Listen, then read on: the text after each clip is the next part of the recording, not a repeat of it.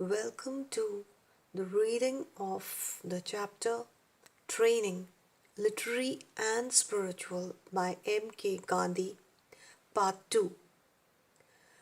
Literary Training. Literary training, however, is a difficult matter. I had neither the resources nor the necessary literary equipment, and I had not the time I would have wished to devote to the subject. The physical work that I was doing used to leave me thoroughly exhausted at the end of the day, and I used to have the classes just when I was most in need of some rest. Instead, therefore, of my being fresh for the class, I could, with greatest difficulty, keep myself awake. The mornings had to be devoted to work on the farm and domestic duties, so the school hours had to be kept after the midday meal. There was no other time suitable for the school. Mahatma Gandhi is teaching in South Africa in a school, and his task is to teach the boys languages.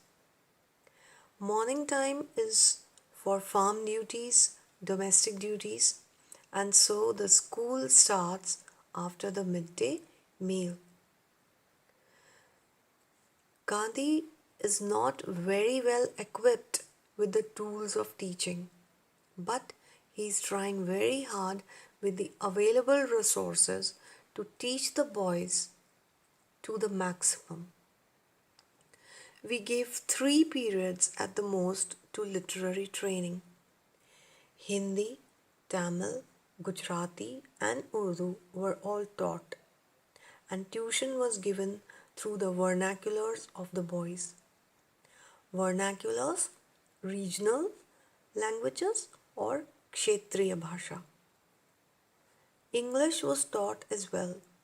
It was also necessary to acquaint the Gujarati Hindu children with a little Sanskrit and to teach all the children elementary history, geography, and arithmetic.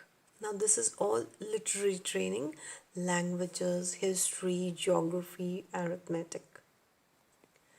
I had undertaken to teach Tamil and Urdu. The little Tamil I knew was acquired during voyages and in jail. I had not gone beyond Pope's excellent Tamil handbook. My knowledge of the Urdu script was all that I had acquired on a single voyage, and my knowledge of the language was confined to the familiar Persian and Arabic works that I had learned from contact with Mussalman friends. Of Sanskrit I knew more than I had learnt at the high school. Even my Gujarati was no better than that which one acquires at the school. In this paragraph, Gandhi is telling that he used to teach Tamil and Urdu, and he knew little Tamil with his journey and meeting people, and as he went many times in jail, he met many Tamilians over there, and so he must have learned Tamil language from them. Then there was a Pope's excellent Tamil handbook. He could not understand more than that. Then about Urdu language also, he had learned some familiar phrases from Persian and Arabic books, and that was all he knew about Urdu language. Of Sanskrit also he knew very little, and Gujarati also he was not very well adapted to.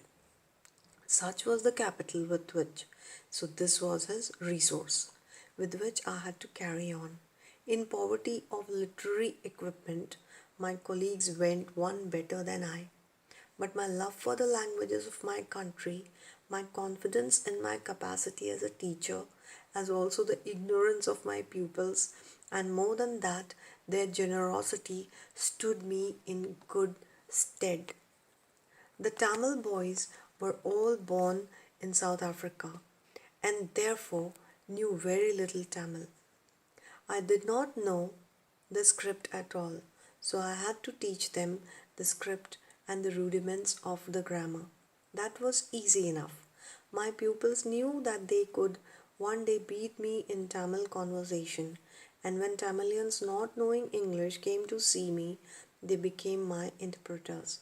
I went along merrily because I never attempted to disguise my ignorance from my pupils.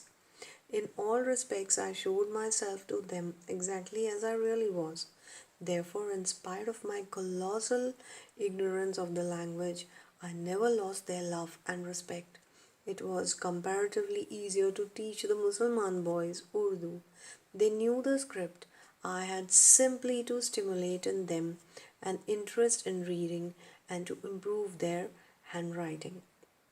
Stimulate means to energize or to encourage. Colossal, huge. Ignorance, not having knowledge, or in Hindi you can say agyanta. So here we can see that um, in learning we teach, in teaching we learn. In this paragraph we come to learn Gandhi as a teacher. His honesty, his passion, his truthfulness, and his humility as a teacher. He shows his pupils exactly as he is. He does not hide his ignorance. He shows them as he is, and he teaches them and he motivates them, and he never loses their love and respect.